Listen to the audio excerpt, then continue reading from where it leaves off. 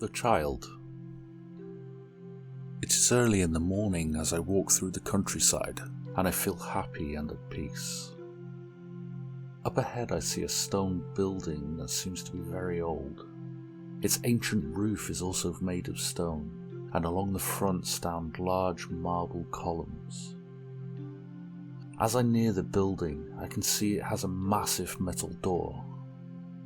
Suddenly I'm surprised when two ferocious beasts charge towards me from one side of the building.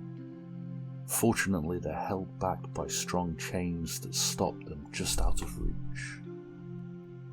I can't approach the door without being attacked by the animals, so I throw them a sack of food. The beasts eagerly devour the food and soon fall fast asleep. Approaching the door, I inspect it carefully, but I can't find a door handle or any other way to open it. Nevertheless, I push gently, and the door swings open with an ancient creaking sound. A long, softly lit room opens before me. I cannot see to the end, but on the left and right are life-size paintings that reach nearly to the floor. Each portrays a different scene. The first, on my left, depicts a magician seated behind a table spread with cards, dice, and other games of chance. My gaze is drawn to the character's curious hat. I try to run my finger over the hat in the painting, but feel no resistance to my touch. Instead, my arm enters right into the picture. So I go ahead and put one leg and then my whole body into the painting. Raising a hand, the magician exclaims, "Not so fast. You can't come in unless you pay admission." Searching through my pockets, I pull out a small crystalline sphere, which I give to this trickster. The colourful character nods and I enter. It is night and I find myself in an amusement park. Everywhere I see mechanical rides filled with light and movement, but I do not see any people. Then I discover a child about 10 years old who is facing away from me. As I move closer, the youngster turns to look at me, and I realize it is myself when I was that age.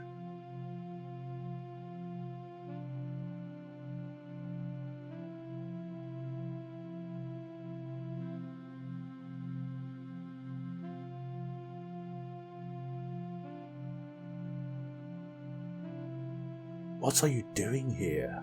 I ask.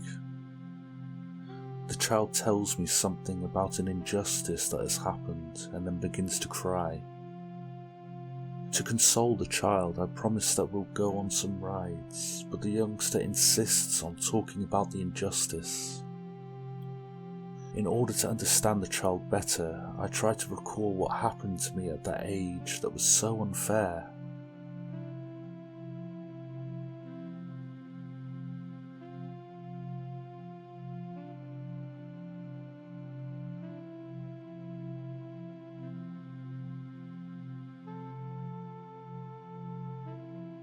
Now I remember that injustice, and somehow I realized it's like a situation I'm experiencing in my life right now.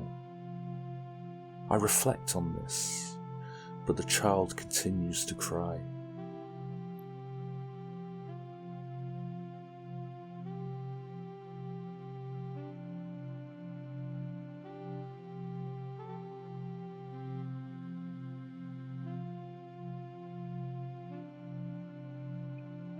So I say, "All right then, I am going to straighten out this injustice that seems to keep happening to me. To begin with, I'll be friendly toward the people who are creating this situation for me."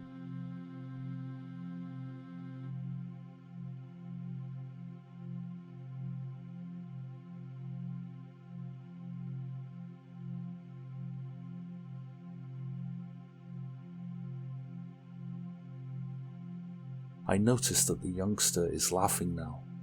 With an affectionate pat, I say that we'll be seeing each other again. Saying goodbye, the child goes away very happy. I leave the amusement park, passing beside the magician, who gives me a quick sidelong glance. As I go by, I brush against his hat, prompting a playful wink from this extraordinary character.